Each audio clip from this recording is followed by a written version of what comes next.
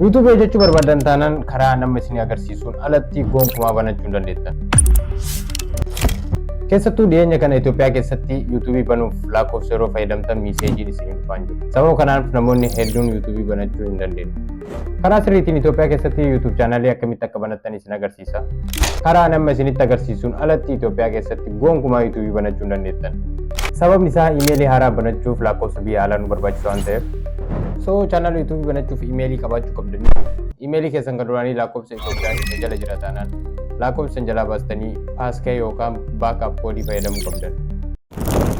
Akkaataa YouTube chaanaalii sirrii ta'e itti banannuu fi bilbila keenyatti galchinee verify goonu steppiidhaan kan isin agarsiisu ta'a. Haga dhumaatitti na faana tura.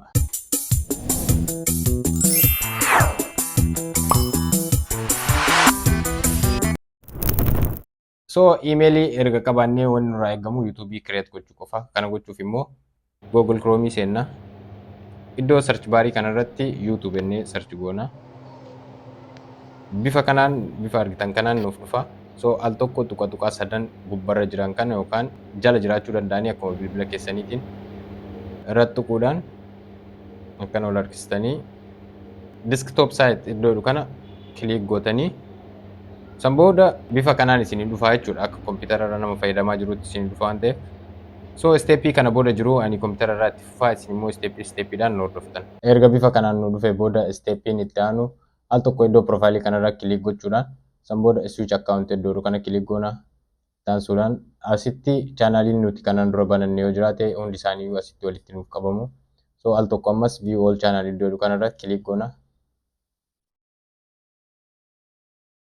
Sana booda kana nuuf dhufaa ammas al tokko create a channel jedhu kana click goona. Iddoo kanarratti maqaa chaanala keenya akka create godhuu barbaannu san irra barreessina. Fakkeenyaaf ani ibsaa showaa jedhuuni. Amma ta'eera al tokko ammas create a channel jedhaani. Bifa kanaan chaanaliin keenya create ta'ee jira jechuudha karaa salphaadhaan.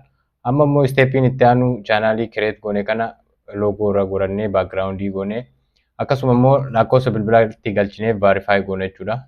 Kana gochuuf immoo al tokko ammas deebinee iddoo profaayilii kanarratti al tokko click goona. Iddoo YouTube Studio jedhu kanarratti ammas click goona.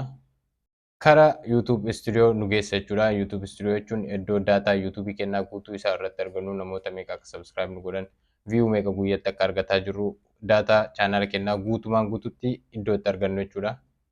Steppiin itti aanu chaanala create goone kana loogoo fi backgroundii irra goone jechuudha. Kana gochuuf immoo iddoo customize jedhu kanarratti al tokko click goona.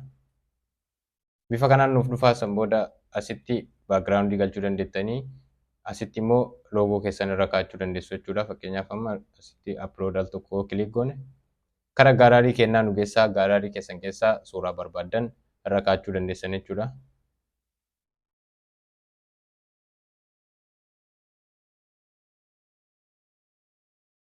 Isa itti aanus bifuma kanaan suuraa barbaadan gaalaarii keessan keessaa profaayilii irra gootan jechuudha.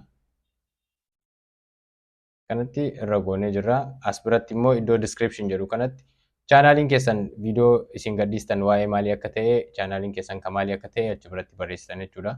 As biratti immoo iddoo add link jedhu kanarratti liinkii keessan kan sooshaal miidiyaa kamiyyuu kan tiiktookii, instaagiraama ta'uu danda'a, feesbuuka hundumaayyuu iddoo kana add link qofa jettanii liinkii keessan galchuu dandeessanii jala kanarratti immoo iimeeli iddoo kanatti iimeela keessan galchuu dandeessanii.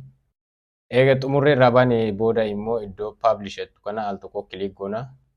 Akkanatti chaanaaliin keenya publish ta'ee jira. Al tokko refresh gochuudhaan silkii keessan gad harkistanii refresh yoo gootan akkuma argaa jirtan kana profaayiliin kanan turre amma immoo profaayiliin isaa nu jijjiiramee jira. Akkasuma backgroundiin isaas jijjiiramee jira jechuudha. Steppiin itti aanu immoo iddoo earn jedhu kana iddoon jedhu kun chaanaalii keenya iddoo itti monetize goonee mallaqni yeroo nuuf kafalamu eegalu irratti ilaallachuu dandeenyudha. So al tokko isarratti click goona. Akkanatti nuuf dhufaa jechuudha. Update your location jedha. So location keenya update gochuuf maal gochuu qabna? Al tokko iddoo update your location jedhu kanarratti click goona jechuudha. Bifa kanaan karanatti nu dabarsaa san booda iddoo country of residence jedhu kanarratti click goona. San booda biyya barbaadan filattanii biyya YouTubein keessatti dalagu ta'uu qaba. Fakkeenyaaf ani United States filadhu.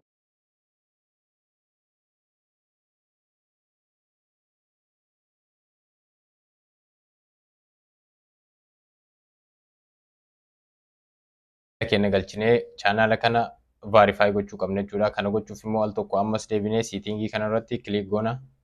Akkanatti nuuf dhufaa iddoo chaanaal jedhu kana irratti al tokko ammas click goona. Future eligibility iddoo jedhu kana irratti click goona ammas. Asirratti yoo argaa jiraattan isa tokko qofatu banamee isaan jalaa lamaanuu cufaa jiran jechuudha. Isa akka nu banamu godhuuf lakkoofsa bilbilaa keenya galchinee verify gochuu qabna. So kanaafuu al tokko iddoo verify phone number iddoo jedhu kana irratti click goona. Karanatti nu dabarsa jechuudha. Asirratti iddoo kanarratti bilbila keessan galchitanii bilbila keessan erga galchitanii booda miseejiin bilbila keessan irra dhufa. Miseejii dhufu san iddoo kanarratti barreessina jechuudha. Submit iddoo tana click goona. Verify ta'ee jira jechuudha. Bifa kanaan al tokko iddoo YouTube Studio'tti deebi'uudhaan iddoo jalqabaa sanitti yoo deebine sadanuu nuuf banamee jira jechuudha. Bifa argitan kanaan chaanaaliin keenya amma viidiyoo irra dalagnee viidiyoo irra gadhiisuudhaaf qophiidha jechuudha. Wanni hunduu xumuramee jira. Iddoo kanarratti immoo viidiyoo adda isin gadhiistaniin adda subscribe keessan guddachaa deemuun watch houriin keessanis dabalaa deema. As biratti immoo iddoo kanarratti get notified jedhu kana yeroo sa'aatiin keessanii fi subscribe keessan guutee jedhee notification akka isinii argamu yoo barbaadan click irra gootanii iddoon gurraacha kun yeroo guutamee jedhe inni yeroo inni ife san apply gochuu dandeettan jechuudha. Mee ammoo al tokko YouTube'tti deebi'uudhaan chaanaaliin amma create goone kun akkam akka inni jiru ilaallu. Kana gochuudhaaf YouTube qofa seennaa san booda iddoo profaayilii kanarratti click goone your channel iddoo jedhu kana click goona ammas al tokko. Chaanaaliin nu create goone sun akkana jira jechuudha. Bifa argaa jirtan kanaan san booda viidiyoo dalaydan upload gochuu qofa jechuudha wanni isinirraa eegamu. So viidiyoon kennarraa kana fakkaataa gaaffii yookaan yaada yoo qabaattan komentii jalannaa barreessuun irraanfatina. Ani ibsaadhaa chaanaala kanaaf haaraa yoo taatan subscribe godhaa asumaan. Viidiyoon kun illee isinitti tolee laayikii cuqaasuun irraanfatina. Aga viidiyoo biraatiin waliin deebinutti gaarii.